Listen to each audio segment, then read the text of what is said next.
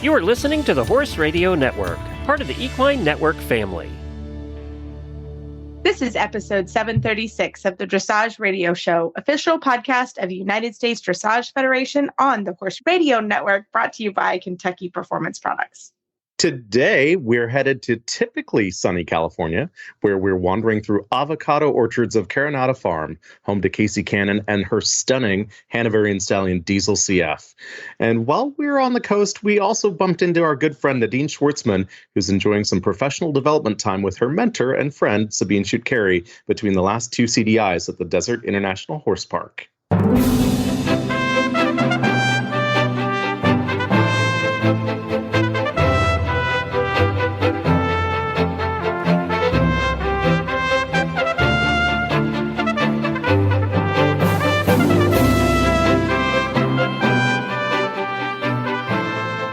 This is Reese Koffler-Stanfield from Wellington, Florida. And this is Noah Ratner from Sherwood, Oregon. And you're listening to the Dressage Radio Show. Hey, Reese. Hi, Noah. How are you? I'm good. Guess what? I am home. And where are you? Stop it. Oh, well, I am at my new temporary home. So we did the trek to Wellington. So I'm actually here now for 4 months, which Live is crazy. from Welly World. Live from Welly World. I know. And Nice. I'm at a new farm. So Very exciting. I get a lot of questions of like, how do you do this? And first of all, literally, it takes a village. Like it is a production. I'm going to knock on wood because we're only like the horses got here yesterday. This was our first full day, and we're at a new farm, and so far so good. Knocking on wood. Yeehaw. Yeah, it's been a pretty soft landing. Our new farm, great land. Farm owner. He's been super nice, very helpful. It's very peaceful where I am. I have a beautiful sort of canal, but it's actually quite a nice canal out behind me. The horses just are chilling out. Like it's been lovely. So The people of the West Coast would like to know, are there gators in your canal? I'm sure they are. Yes, I'm sure there are gators, and they're toads. So I've been coming to Florida around 20 years. The toads are what you should be afraid of. Yes. I mean, they're really I don't let my dog off leash at night because, those toads are really bad, actually. The gators I've not seen one in this canal. I don't know if there's one, but in any Florida body of water, I assume there's gators. Just dip your toe in. It's fine. Yeah. No, I'm good. I'm solid. I like to swim, but no, thank you. And so it's a beautiful farm, and I'm in a different development, and we're kind of in the back of the development. So it's really nice and quiet back here. And the horses have been pretty peaceful. We actually lunged some horses today. I was so happy. Wow. I know. I was like, wow, this is happening. Tomorrow I may actually ride a horse. Don't get yourself excited. But yeah, I shout out to my team. I mean, it really is a team effort. Elaine Sanders, she did amazing things in Kentucky, packed beautifully. Brooke Ledge brings the horses. My best friend jumped in the truck with me. Long story, I was going to drive by myself, and she's like, no, you're not. So she jumped in the truck with me, and we just I was like, we're in the truck together for 1,000 miles. This is so exciting. Because I haven't caught up with her for that long, No, yeah, it's great. I mean, to catch up with her for that long, and we had a really fun trip. So far, so good. So if you're in Welly World, reach out. I would love to chat with you and see you. And Noah, you're going to be down soon, right? It is just around the corner. I'll be there in 2 weeks. So, yeah. We're going to see chaos each other coming to your city near you. Wellington is just pure chaos. It's fun chaos. There's something to do every night. I'm actually enjoying the nights we record is kind of like my night off. And I get to put my fantasy jammies on after we record and watch Netflix, which is my favorite thing. And I'm here for the holidays, which is going to be quite nice. My husband's flying in on Christmas. But again, I have a lot of friends in a community here, and it's just special because we're all here together. So, I mean, honestly, I'm like, I don't think I can get everything done on Christmas and Christmas Eve. Everyone's like, come over, have an open house. There's so much going on. So I'm very, very lucky that I feel very much like I have a community, and I stayed long enough at home in Kentucky that I got to do a little Christmas with everybody a little early. So my Christmas has sort of been going on for a couple weeks, and I'm loving it. I think it's way better than on Christmas. Actually, I get to do my horses. My assistant, I say she's going to go home. She lives in Tampa.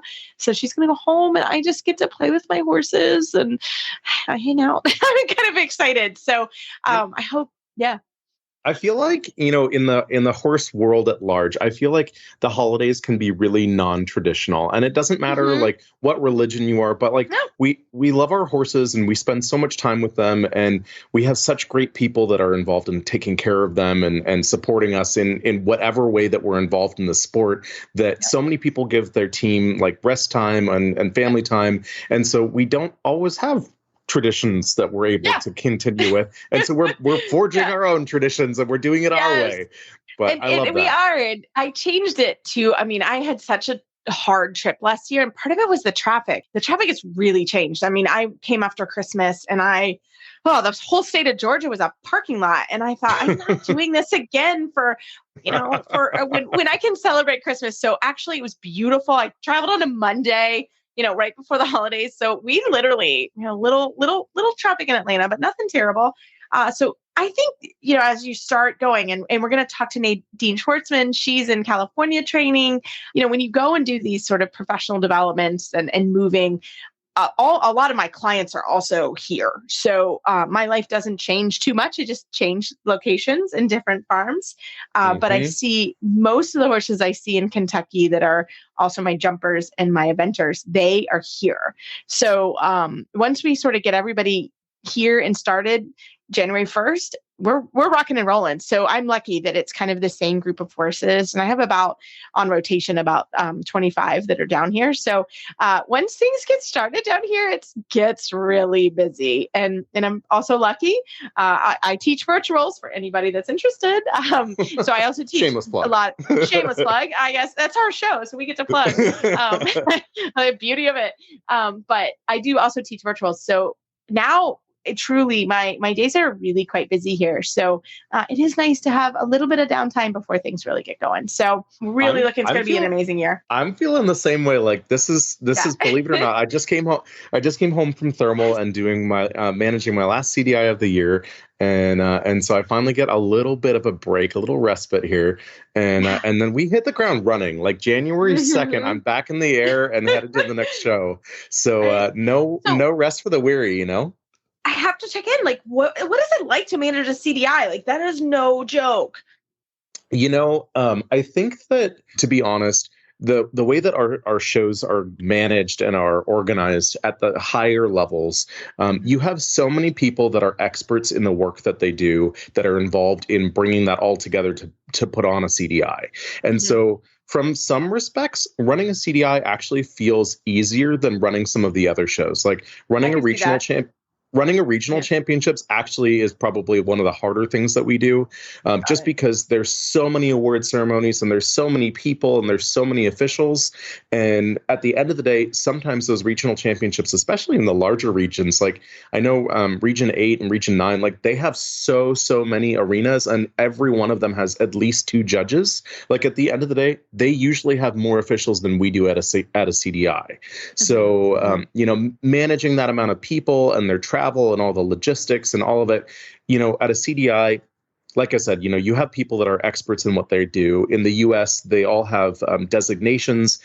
We have basically they're like certifications that as you have more and more experience, that you go up in your rank level. So we have a manager and a secretary track that you earn as you do more shows and you do shows of a larger size and you have more experience, you go up the levels from level 1 all the way up to level 5.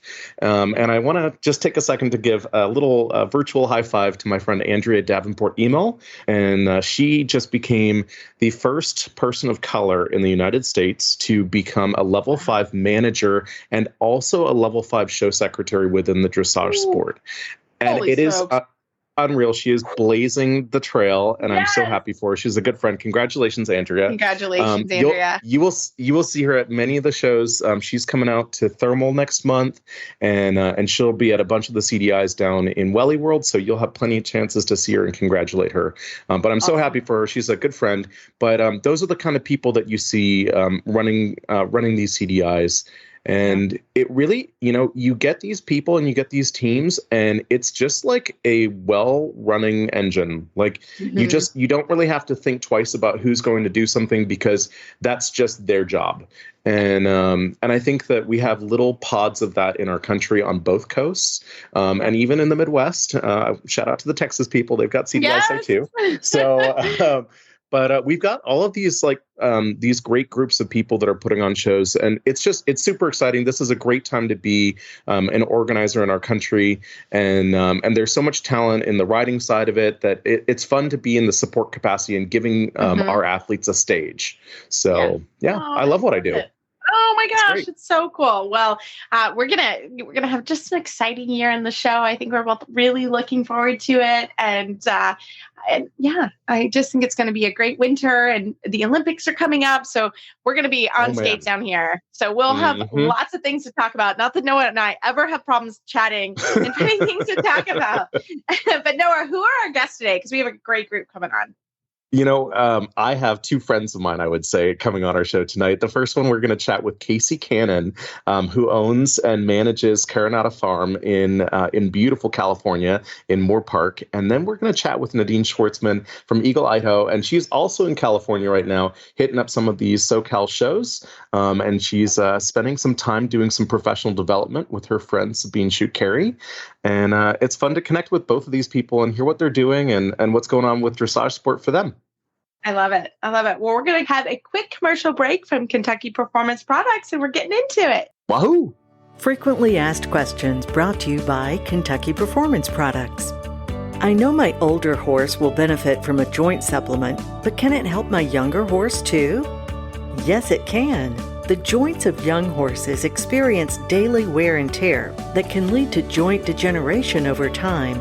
A well-balanced joint supplement provides the building blocks necessary to support healthy cartilage and synovial fluid so horses stay sounder longer.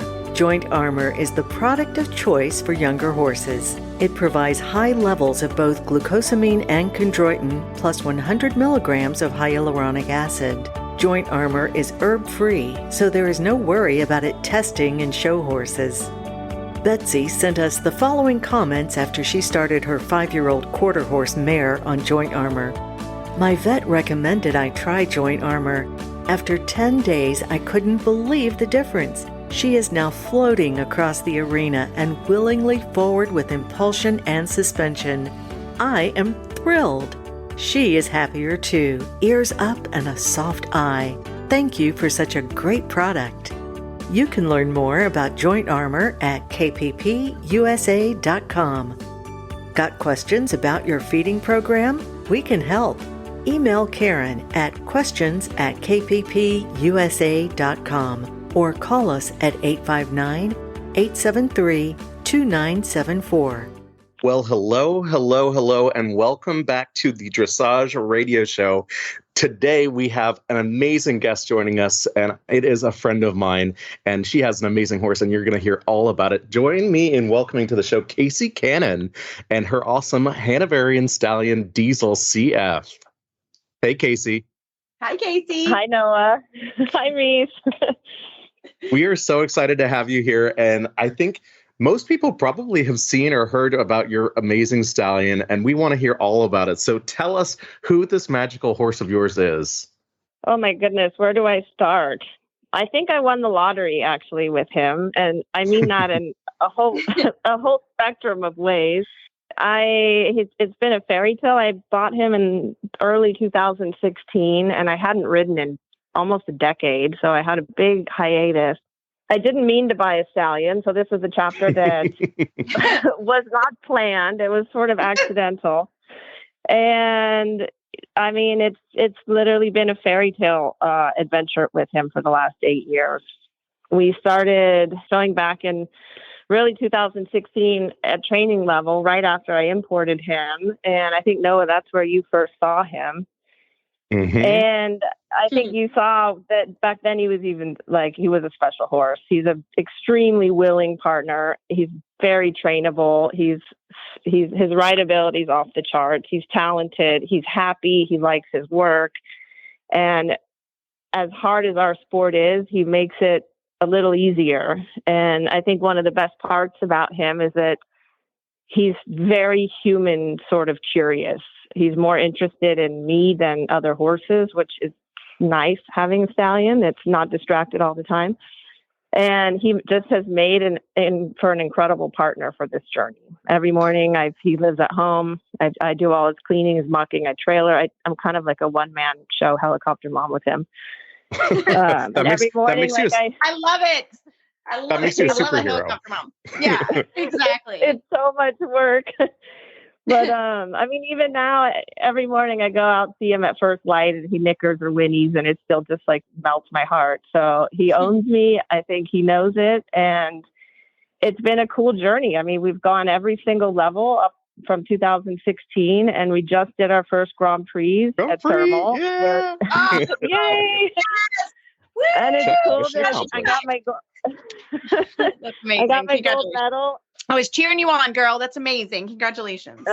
Thank you. Yeah, and it was cool. I got my gold medal our first weekend out at Grand Prix at Thermal, no less.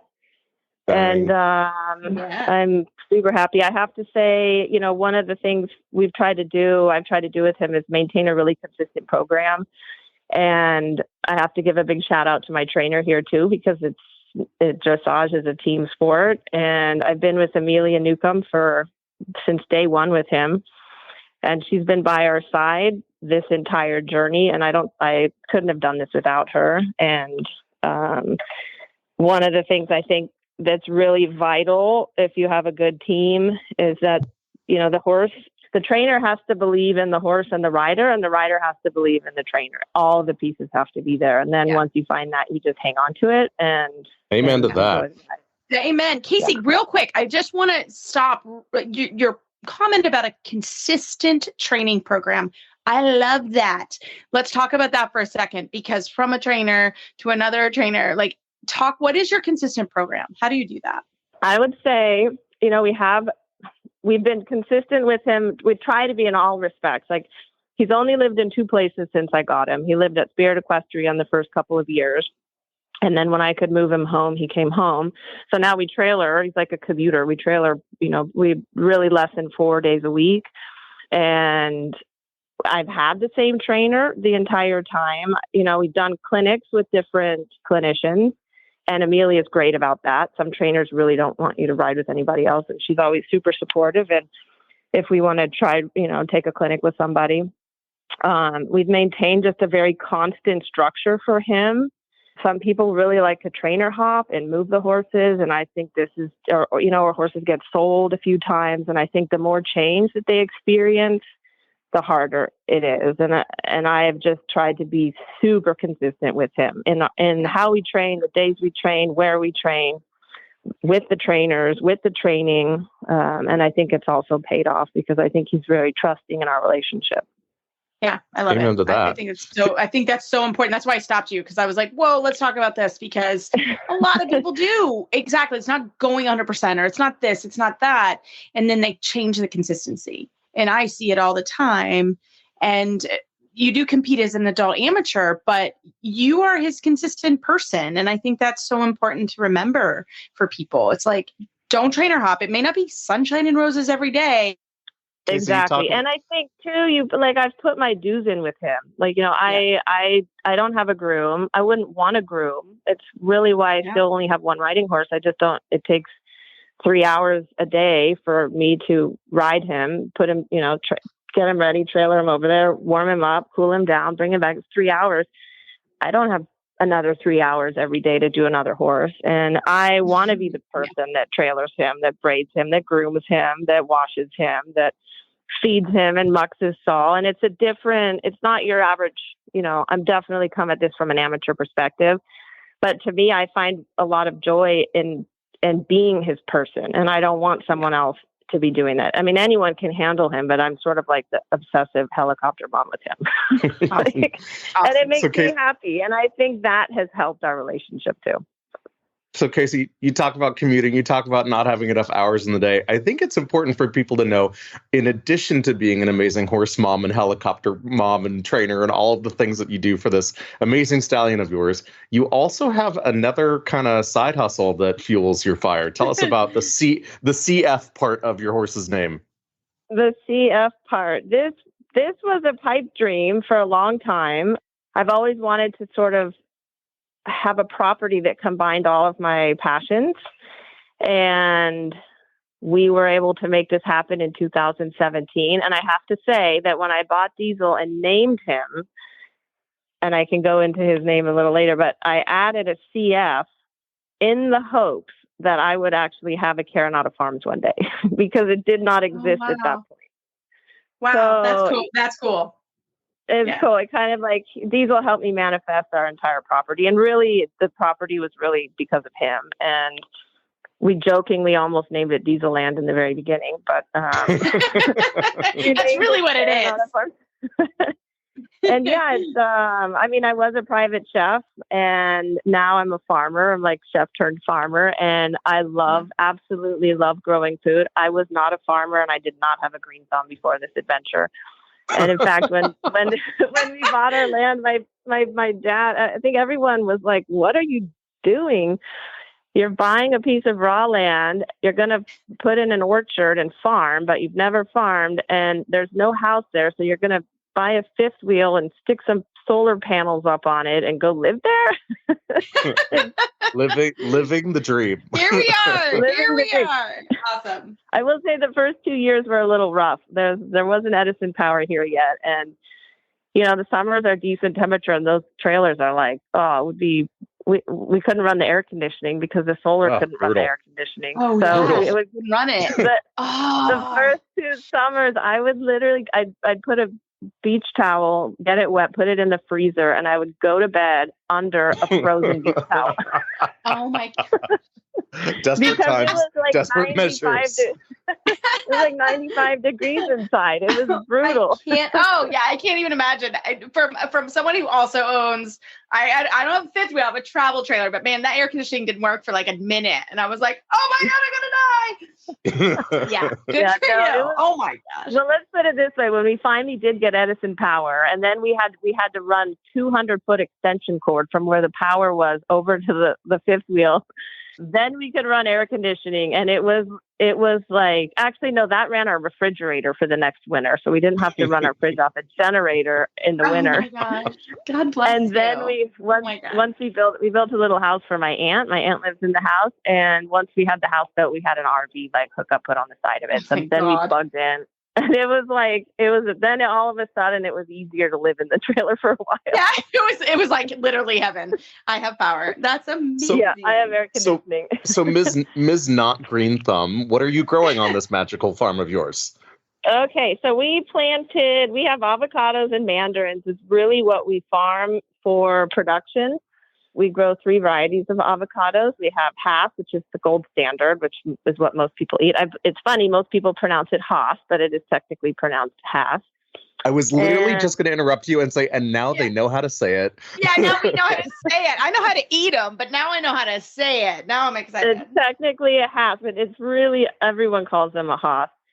So then we grow a great granddaughter of the Hass, which is called a lamb Hass, and it was actually a Hass crossed with a dwarf Gwen, I believe, and it's a smaller tree, but it produces larger fruit that is often sold into the food service industry because there's less prep time. And it's a later variety Hass. So, you know, we can start picking our Hass. The packing house is open in mid-January, but we can't start picking our lamb Hass until really the full opening date is early July. So it's a much later season crop. It's great because generally Mexico is starting to run out of fruit by then, and prices come up once our lambs are available for picking. And then we grow a gem, which is a new variety, and it's a California only fruit. They cannot grow it in Central America. And so if you buy a gem, you know it's a California fruit. And it's a lovely piece of fruit. It's a beautiful fruit. I think it tastes better than a Hass. We even we do challenge boxes. So we'll send out 3 Hass and 3 gems and then let people fill out a survey. And gem is beating the Hass right now. I got to get on that list. Yeah, I don't know when I get on this list. I want to do this. We'll do a full-on tasting. Yes, please. Send me your addresses, and when we start picking, I'll ship you guys some avocados. Ooh, fruits of the labor. I like that. High five. So we we also grow. Our area has some potential for frost. It's generally, we don't get a lot of frost. Avocados do not like frost, which is why they're usually planted up on hillsides. But we have a valley down the middle of our property, and in the flat areas lining our driveways and anywhere where there might be frost, we have mandarins planted, which they can tolerate temperatures down to about 20, 28, 27 degrees. So they're fine. So we sell mandarins and we sell avocados, and we do a direct to consumer where when I have time, I'll do the farm boxes where you can order online, and then we ship around the US. And it's been very gratifying also to send it directly to the consumer. It's been fun. Wow. You may not know this about me, but I love to cook. So can we pivot? Personal, private chef, talk to me. This sounds amazing. You did that too? Yes, I did. This is a bonkers chapter of my life. It was crazy. I did go to Le Cordon Bleu and was formally trained. And then I was interested in going private because as chefs in restaurants, unless you own your own restaurant, it's generally a brutal job. It's not very lucrative. So I went the private route, and I worked as a private chef for about 6 years. And most of that time, about 4.5 years, I was with one family in Montecito. And it was crazy. It was amazing in a lot of respects.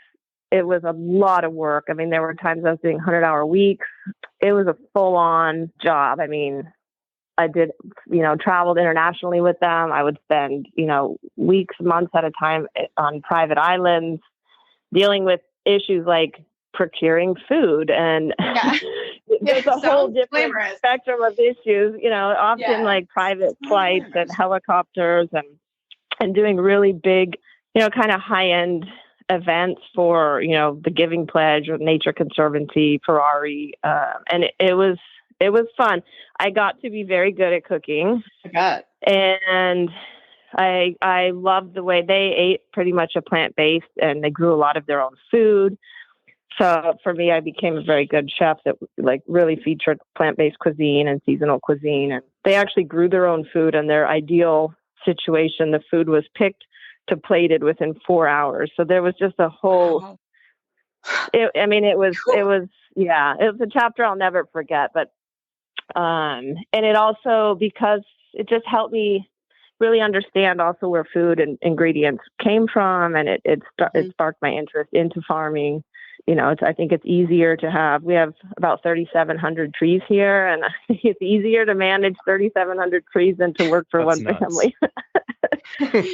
Yeah, I get it. Yep, I can understand. But amazing. It was a cool chapter. I mean, I learned some skills from that really carried on, and I have loads of stories. But it is definitely a career option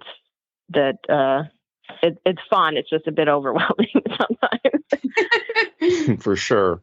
Kasey, we talked, I think it was 1 or 2 episodes ago. I'm getting lost. This is our 4th date, just in case anyone's our 4th date. He's already getting lost. Yeah. No, we're just so immersed in it now. Now we stop counting because it's official. Yeah. So anyways, but that's a different story for later. But, I was thinking back, we talked to Tana Faxon, and she has that amazing Lusitano stallion named Flash. And she's a lawyer, and she, owns her practice. And, there's so much crossover in our sport where you just stop and you realize we have so many people that are attached to so many other industries, but they're connected and they're united and unified by their love for horses. And I just think that's the coolest thing. Tell me a little bit about the following of people that are basically, it's like a little religion with Diesel. I know that he's got foals on the ground, and that's part of the journey. Now, tell me more about that. This has been such an unexpected gift that I never, I bought him as a riding horse. And the stallion chapter has been amazing. Once I imported him, it's interesting, everybody, when I bought him and he was in CEM quarantine up in Oregon, literally everyone was you have to geld him. He's going to kill someone. You're going to get killed. You're going to get sued. It was so negative, and no one liked stallions here. I think they had such a bad reputation. And I just was like, well, you know what? If I need to geld him, I'll geld him, but I'm going to try this. And 6 months after he was here, all of those people don't ever geld this horse. Like he kind of changed, I think, people's perceptions of stallions and maybe how they can and should behave. I personally feel like maybe he opened the door to having stallions, competing here and having more stallions in the U.S., that there should be stallions here and there should be stallions competing and there should be stallions available for breeding. I think there's a market and a need for it. But it has been a very interesting chapter. I mean, I have so many stories where I just think, oh my gosh, the things we had to go through and things you never expected to go through, like when we went to Phantom training. Yeah.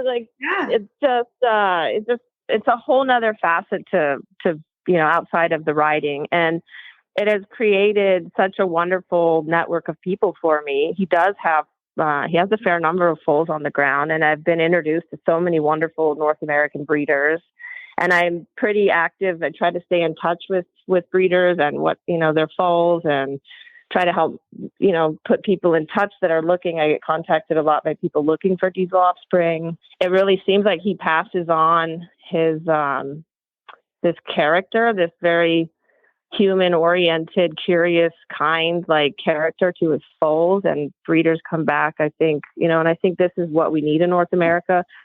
I mean, I can manage him 100% by myself, and I think that says a lot, that a lot of stallions aren't like this, or especially not amateur friendly, where the amateur can actually, and now I handle him for the collections. This whole last year I handled him during breeding, and he makes it easy. Like, we can collect, I can go straight to a show, and he's, no change in him at all. So I love that.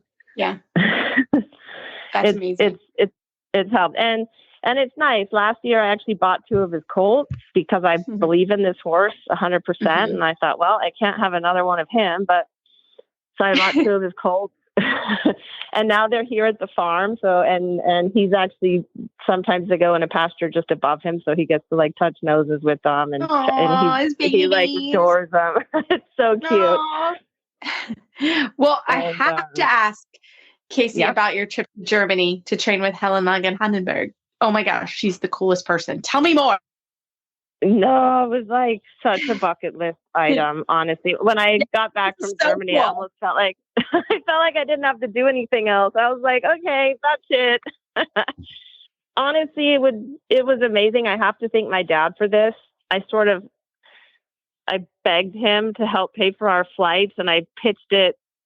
I don't have kids, so I was like, Dad, this is your grandson. I played this card before. So I gotta remember this one. I'm making a note. Yeah, I have totally played this card. Oh, yeah, it's a good card to play. This is your grandson. This would be like a college fund. Can you help? Can you help swing our flight?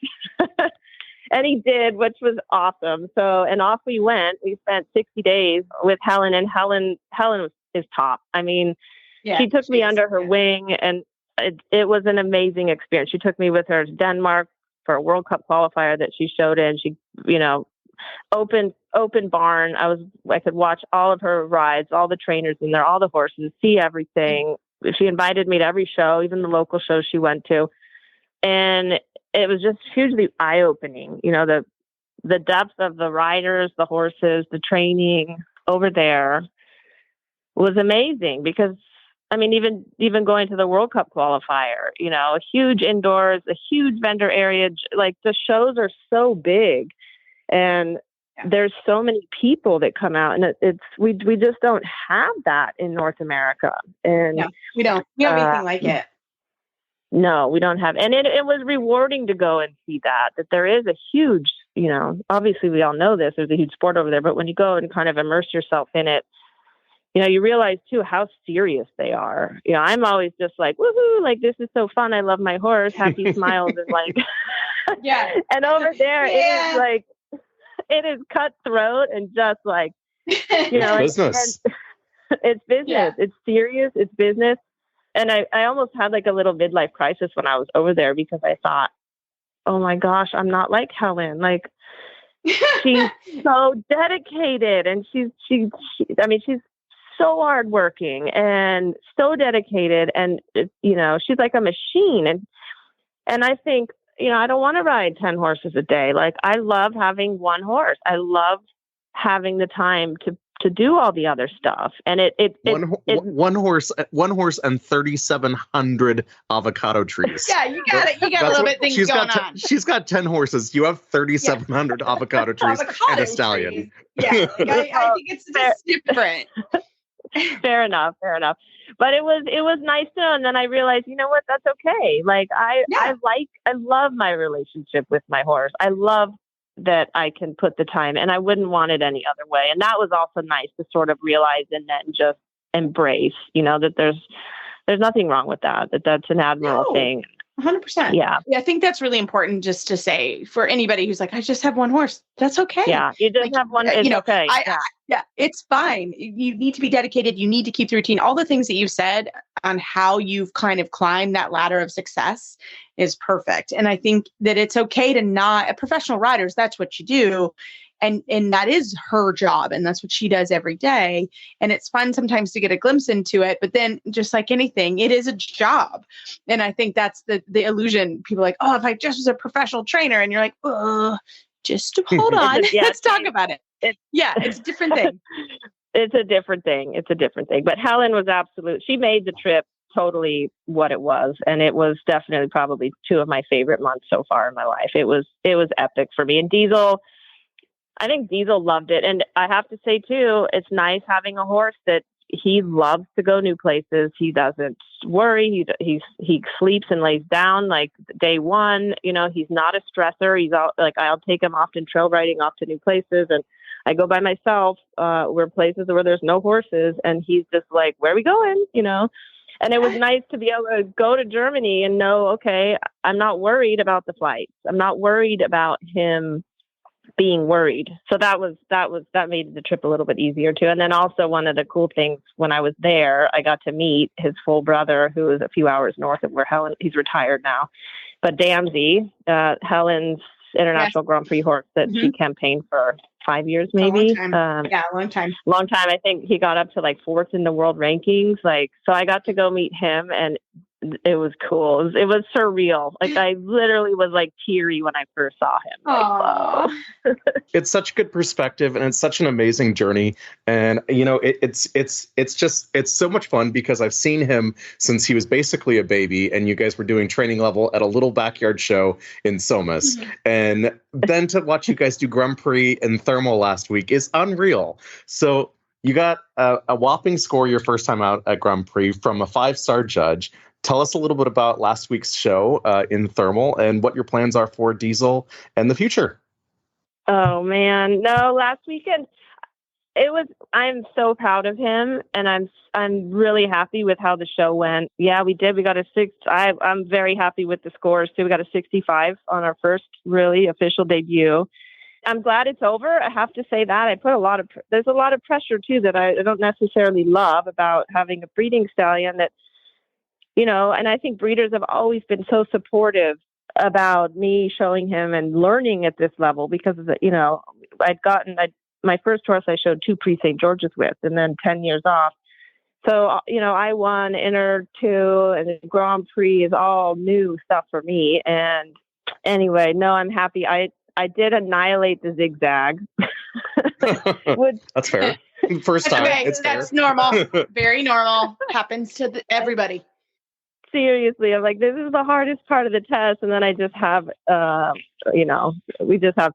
we can do the zigzag at home clean, but in the show, I just completely destroyed it. And that was fine. It was my fault. But I'm super happy with him. He was great. And I'm also, this is interesting. I finally feel like I'm becoming a better rider because of, I don't want to say because of the Grand Prix, but you don't have like it's so difficult, and the test, there's no time to sort of, and you have to think about every corner and every short side. and you become a better rider just so you can get through you can't wing it. There's no winging. No, no, there's literally no winging it. You've got to ride every step and be able to do it. Yeah. So I feel like, this weekend I didn't have any little mental, I don't want to say freak outs, but it wasn't like there was a time in the Grand Prix where I thought, oh my God, I'm riding the Grand Prix. And like, just then all of a sudden you like, it's happening or something. So it was good. I'm becoming a better rider, and Helen helped me with this too. We started riding a test a week when I was in Germany, and we didn't do that at home. And, I told Amelia leading up to this, like, I need to ride the test over and over and over. And Diesel's good. He doesn't anticipate and take over. Even when he knows what's coming, he'll wait for me. So I can school him like this, but it made a huge difference because there wasn't one time where I thought, what's next? Like I'm not worried about where I'm going. I can literally just focus on the test itself. And so I'm happy about that. Yeah, I think that's actually another great thing you said. I mean, I think people get really nervous about writing the tests, and especially as the tests get harder. That is a thing. I also ride tests once a week, and it's like it's Thursday just because my sponsor comes on Thursday, and she likes and she's good at like, nope, that wasn't straight. No, that wasn't, and it was a great way for her to be involved, but it also makes me practice the test. And at the end of the day, the Grand Prix is a test, and you have to ride the test. Yeah. So that's important. When are we going to see you in the arena again? I don't think we're going to do the Thermal in January, which I want to support the show, but I don't think Amelia is going. I think our plan is, and I need to talk to her about what her schedule is, but probably the Del Mar shows is where we'll ride the test again. And we have homework to do. He needs to still get it's unbelievable the fitness level that they need, and I think.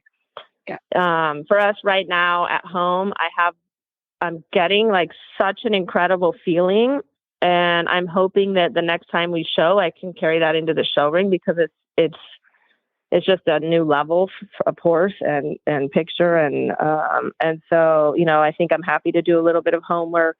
I'm happy that he's officially a Grand Prix horse. It's unbelievable that I got my gold medal on our first weekend out on a stallion that I brought up from training level. I think, I think I'm Amelia's first client. It is. It was a big weekend. Yeah. And kudos also like Amelia too. Like, I think I'm a first student she's trained all the way up to Grand Prix. And I think that says a lot too. Y'all have to keep on rocking it. We're happy to hear that you're supporting all those West Coast shows. Yes. And we have to scoot off. And I knew that this was going to happen. We just had too much fun talking. But before we let you go, you have to tell our listeners, how did your farm name come to be? Okay, so Carronada Farm. My grandparents. Okay, my grandfather, he built a business. Actually, his father invented something, and then he built a business from it. And when they sold the business, this was back in the 60s, so it was a long time ago. They bought a boat, and they lived on this boat for 5 years. And it was sort of like their fairy tale chapter. It was my grandmother's favorite time of their life. They just had, they have a friend visit. It was a 5-year paradise for them. And my grandmother named the boat Carronada. And the name came from, it's twofold. Carronada was like her Spanglish, I guess.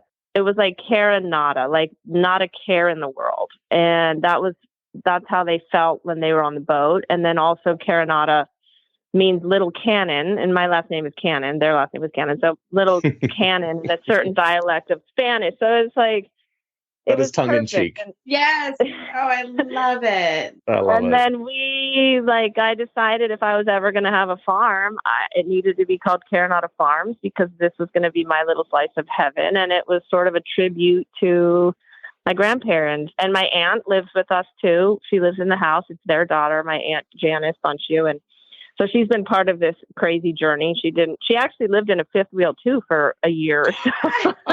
It's a thing, girl. I'm with you. It's a thing. So that's where the farm name comes from. It's originally from a boat, and I love it. And the font for Carronada was the same font they used on the boat. And the CF in The CF in our logo was the shoe. The C was actually Diesel shoe that he wore over from Germany. So, Aww. Wow, I love that. it. There's some tradition and history. It's great. yeah. Okay, Kasey, we had so much fun chatting with you today. If people want to get in touch with you, learn more about Diesel CF and Carronada Farms, how do they get in touch with you? Facebook is probably the best. I have a Facebook page, Kasey Cannon. I think the actual name is called Cannon Plugs, which was actually the little electrical connector that the electric company was based off of that my grandfather had. And then we do have a Carronada Farms Instagram account, and we are going to be creating a Diesel CF Instagram account. Now that he's Grand Prix, I think he needs. Yes, he deserves it. Yeah. He deserves it. He's got his fan club, so. And if people want to take a survey and find themselves buying some family-grown fresh avocados straight from your trees, how do they do that? They do that through our website, which is carronadafarms.com. We only have them available for fairly limited time. I do all of it. I pick them, I clean the fruit, I print the packing list, I take them to the post office. So for limited times, I'll sell the farm boxes, and I usually do an email list. So sign up for our email on our website, and then I'll let people know when we have them. And then, we sell different boxes, and we do a combo box. And if you do the combo box, then you can go back and take a survey on which avocado you like the best. Love it. We will gladly do that. Kasey, so much fun to chat with you. Thank you so much. Happy holidays. Hope you have a wonderful new year. Happy holidays. You too. Safe. Happy New Year. Thank you for this opportunity. Too. Even under the best circumstances, travel is stressful for horses. We've all been there, stuck on the side of the road in the middle of nowhere. You can make the journey knowing that US Rider is there for you.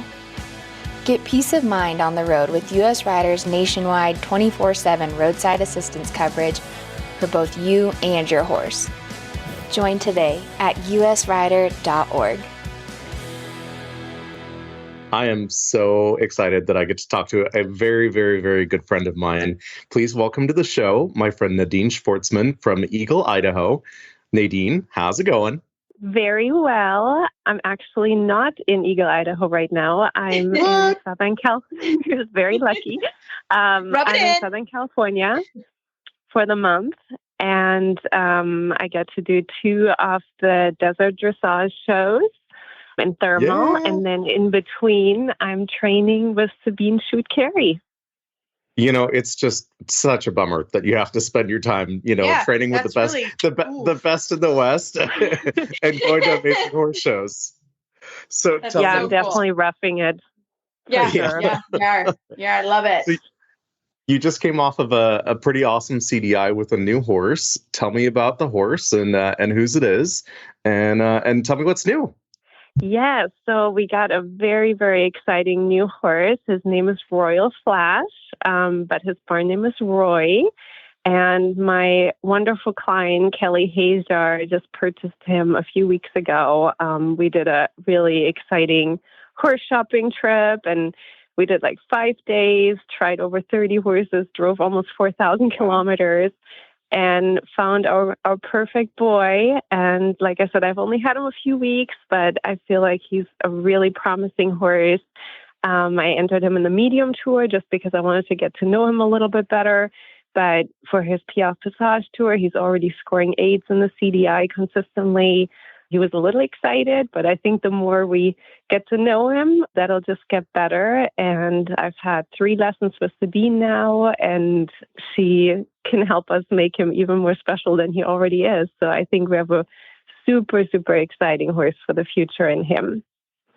There's something really cool to me about you, Nadine, and I think that's that even though you're at the top of your game and you're a gold medalist, and you have so many students that have won so many accolades and have won their medals themselves on horses that you've helped them train, but then you're still seeking your own education and you're on that journey. Tell me about why that's important to you and why Sabine is your partner in that. So I think it's the most important thing for anybody. And I'm unfortunately a little bit isolated in Idaho, so I ride probably 95% of the time by myself. And I really needed to find a solution because I can just tell even after a few days, how much better I'm riding. And Sabine, to me, is honestly the best choice. Like she loves the horses. Our systems mesh beautifully. So she's not trying to change how I do things, but she's enhancing it. And she just really, really brings out the best in me and my horses. And I just enjoy her as a person as well. She's just a wonderful human being. Yeah, so this is kind of a big deal for me because I have a big facility in Idaho and I have a big boarding and training business, which is difficult to leave.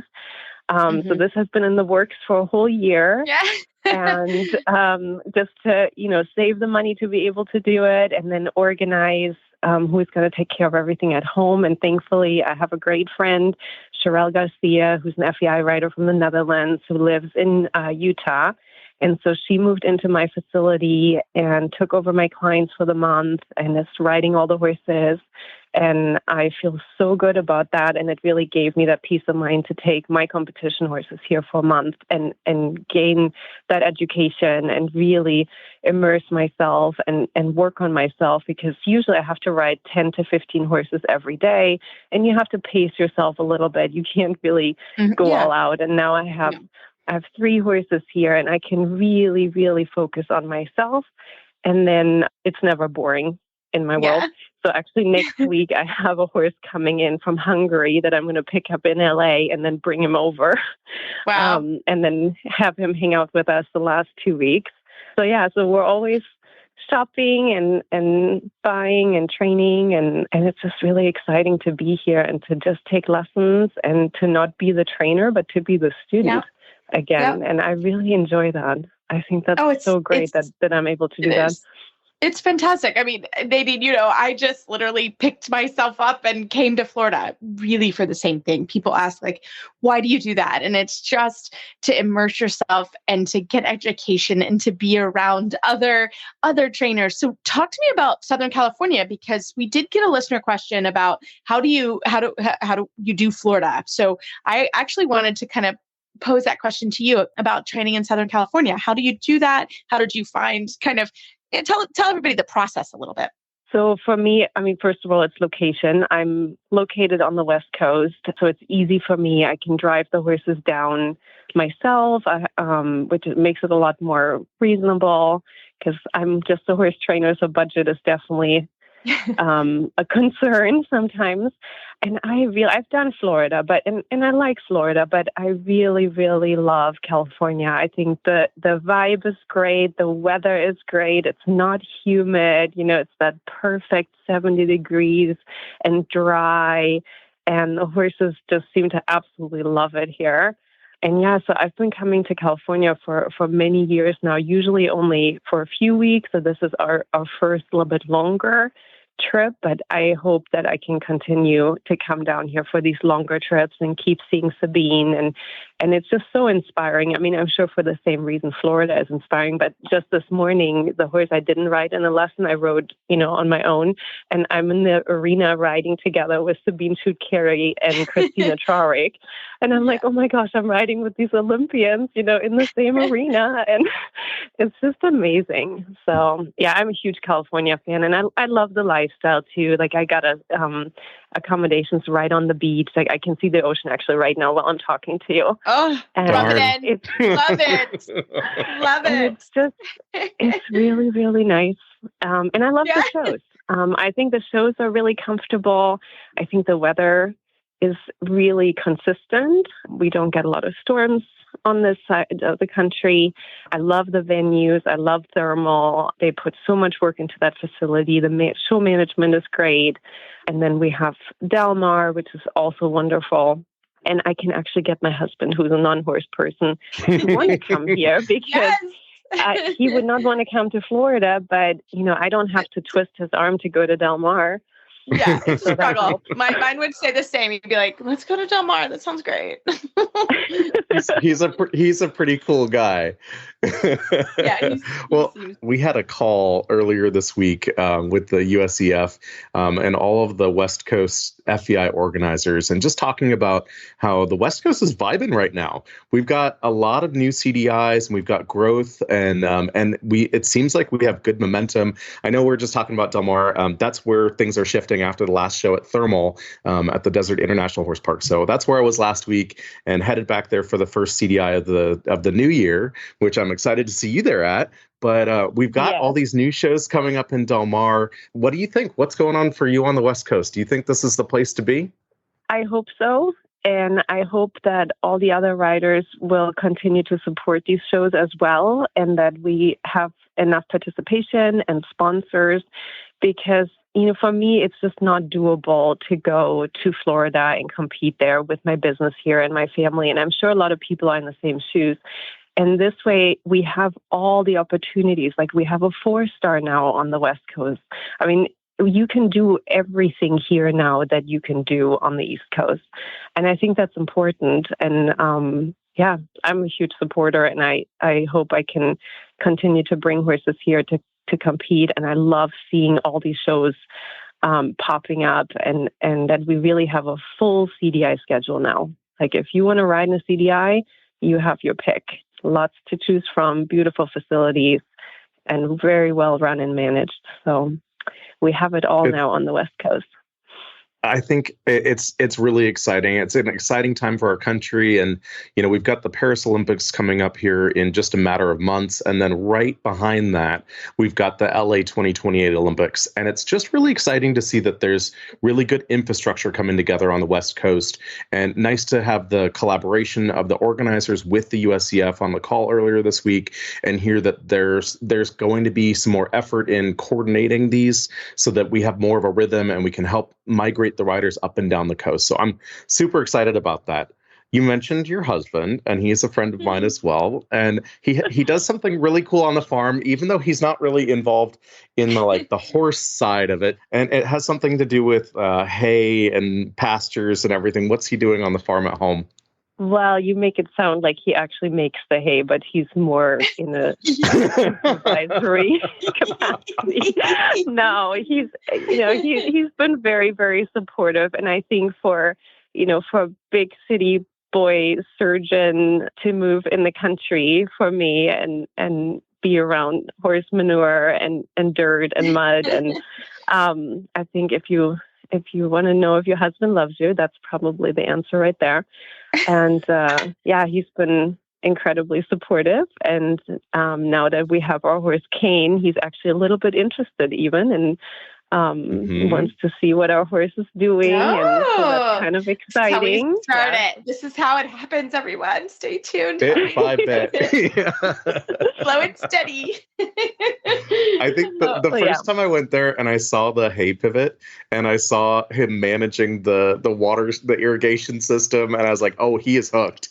This is a done deal. He likes being on the iPad and, controlling the pivots and the sprinklers. And it is great because we are able to produce all of our own hay. So I never have to worry about giving extra hay. Like, our horses have hay 24/7, as much as they want, because it's just not a concern. And that's another beautiful thing about living, out west and in Idaho. Keeping horses here is incredibly easy. And we have lots of space, lots of pasture. So I love it. If he wants to have a consultation in Georgetown, Kentucky, you just let me know. I have also started growing my hay. I do not have a pivot. Like, that's a little bit, you have a little bit more land, but you know what? He can come on over and he can manage that too. I love it. Yeah. I'll connect you guys. Yeah, connect him. See, how do you want to expand your hay business? I feel you. I've also a little hay side gig going on, and it is actually, it does hurt more when you buy hay, when you're like, I can grow it for this and it's better. So I get it. So Nadine, you came on the show, when we came through the test riding cycle, and wanted to hear about the test riding, how that process is continuing right now, because that is a process that goes on all the time, right? It is. And I'm actually so excited. Just a couple of days ago, I got the email and I was invited back on the test riding committee. So I can see why. You were phenomenal. When you came on the show, I loved it. How we met. Yeah. Fantastic. And I told Noah too, that's the best job I've ever had. It makes me so happy. And I get to work with these really smart, really amazing people. And I felt they were actually listening and they wanted to hear from a rider. And we could really implement change. And I think we did a really good job. Like, I think there are a lot of tests that are so much better. And, it's really good for me to get feedback. So I encourage everybody, if you have an opinion on the current test, please reach out to me. Like, I'm super easy to find on social media. Send me a Facebook message, because I really want to hear what people think about the test, because we're just going to start again talking about what changes we want for the next test cycle. So if you have anything you want to tell me about the test, definitely contact me. Let me know, because I'm always thinking about them. Like, I have all these sketches with like new ideas and things I want to change. And so I'm really excited that I'm back on board for the next 4 years. I think they could not have tapped a better person for this. And it's so great, like you were saying, Nadine, that, that they've got a rider that is actively riding every single level from training level to Grand Prix, that can give them good perspective and can go out and ride the movements. And I can see in my head, I can envision Hilda Gurney doing the same thing, because God knows she's doing it too. But it's the same thing, is that, you have such good perspective on that. So we're a year into the new test cycle. Are there any things that are like slam dunk? You guys are all running around the room giving yourselves high fives and being like, this was awesome. And is there anything that you're like, ooh, we got to go back to that one? I think overall we were really, really happy. I think first level test 3 needs some tweaking. Yes, it's the longest test on the planet. Let me just come out and say it, everybody. You're welcome. So long. And I wrote it quite a bit this year, and every time I wrote it, I'm like, oh gosh, this was not it. We're definitely going to go back on that one. But I think everything else worked out really well. And I think the one we're the most proud of is fourth level test 3.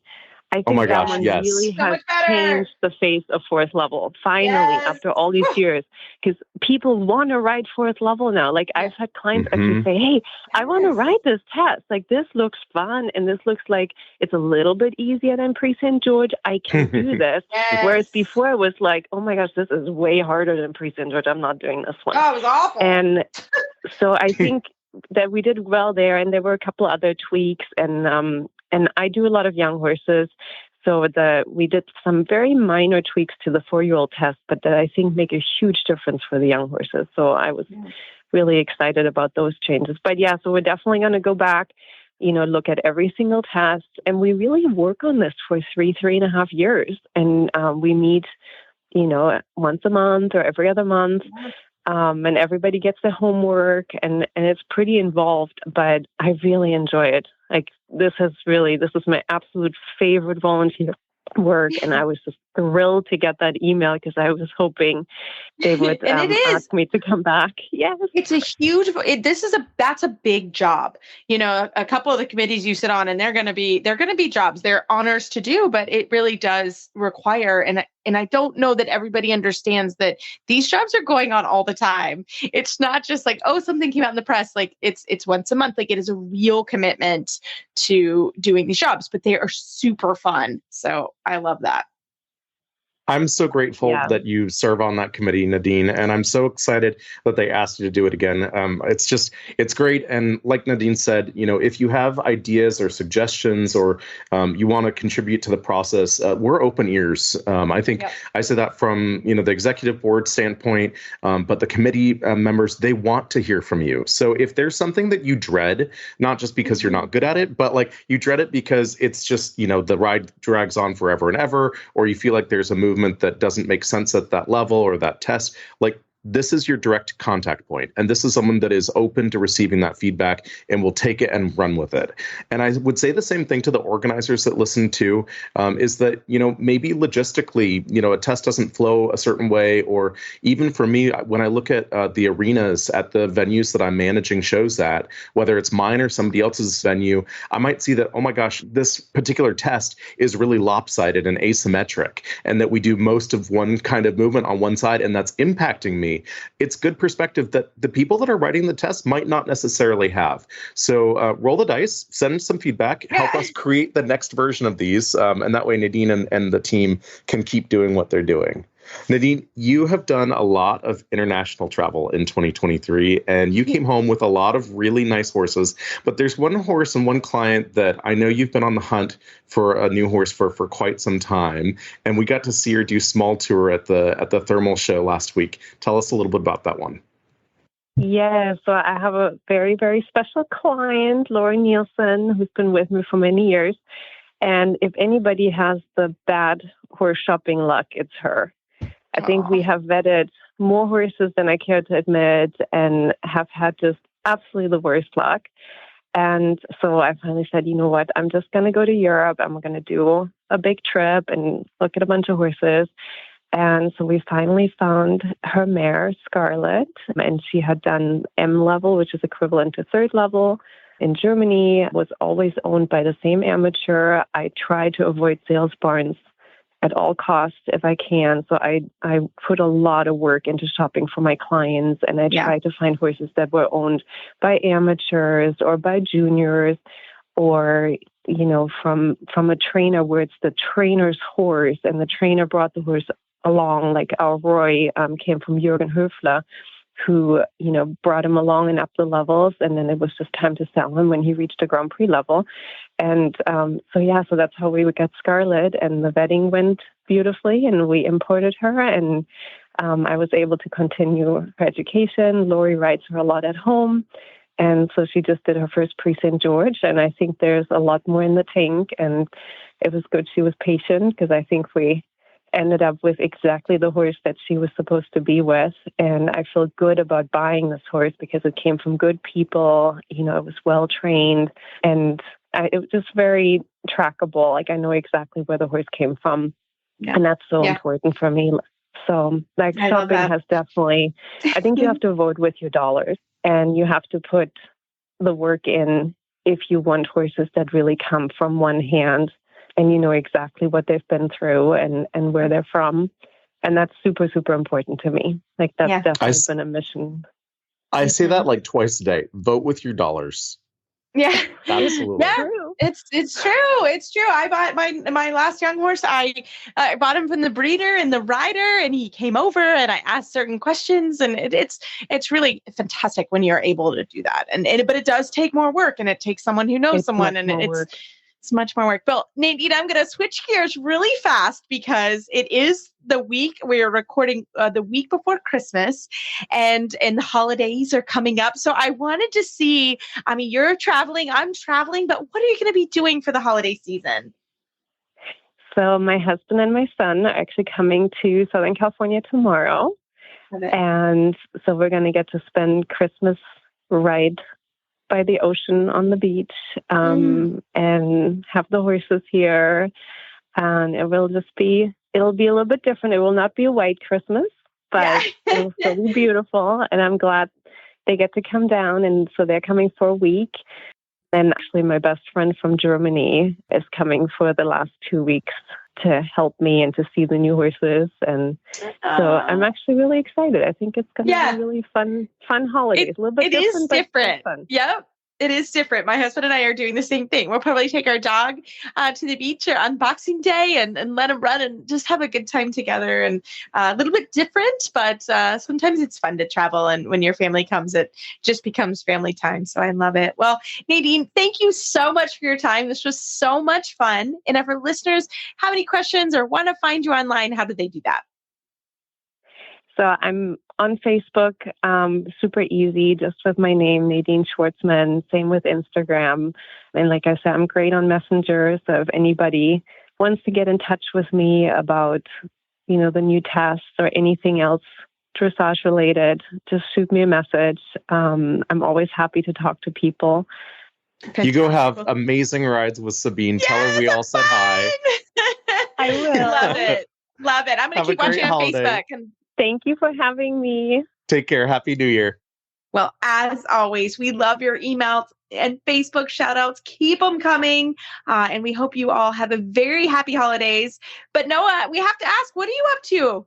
For me, my family's Jewish, and Hanukkah just ended. And, I was super busy and on the road, so I didn't really have a whole lot of time to celebrate. But, for me, it's the holidays is kind of what you make it and what you want it to be.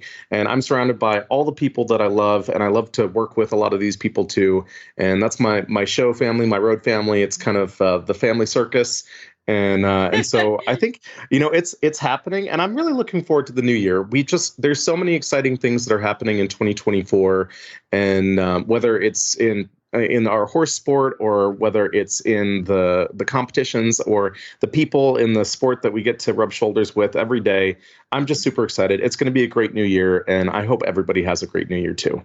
Oh, I love it. Well, we're kind of the same way. What about you?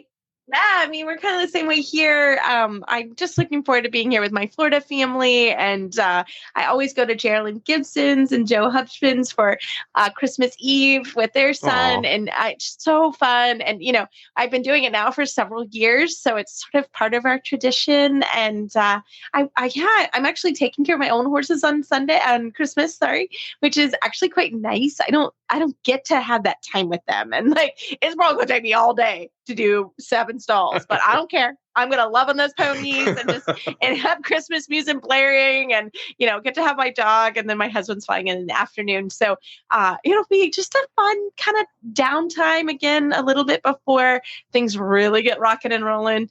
I'm really looking forward to it. So, and then maybe a little rest. It's been a long week, but that's kind of part of it. And just kind of getting in my routine down here. And we will definitely take, my husband and I like to take Winston to the beach so he can, our dog, and he just run around like a wildcat. It's great. And so it should be a really fun kind of downtime for Christmas. So we hope you guys all have a wonderful, wonderful holiday. And as always, you can find our show notes and links to today's guests on our page at horseradionetwork.com. Search Dressage Radio Show. Like us on Facebook, just search Dressage Radio Show. Follow us on Twitter at Horse Radio. My website is maplecrestfarmky.com, and my email is reese@horseradionetwork.com. And I'm too cool to have a website, but you can follow me on Facebook at noah.ratner, or you can email me at region6dir@usdf.org. We'd like to thank our friends and our show sponsors at Kentucky Performance Products. If you'd like to support our show and the Horse Radio Network, you can do that through the Auditor program found at horseradionetwork.com. Well, this year's coming to an end, and I just really wanted to take one last time to thank the whole community that we have here. You guys have been amazing friends and listeners, and we want to wish you the happiest of holidays. This has been a rough fall for us here on the show, but my goodness, I so appreciate you all. We have so many new adventures for the show. Noah, we're so glad to have you. I also really want to thank our producer, Paul. He's not on a lot, but he has been with me through this entire year and this fall. And Paul, shout out to you. You've been absolutely amazing. And Glenn at the Horse Radio Network. And I want to thank you all very much for all of your support. So we hope you have a very happy holiday. And again, thank you all from my heart for being part of the show and sticking around with me. I so appreciate it. So happy holidays. Cheers to 2024. It's coming, and we'll see you next year.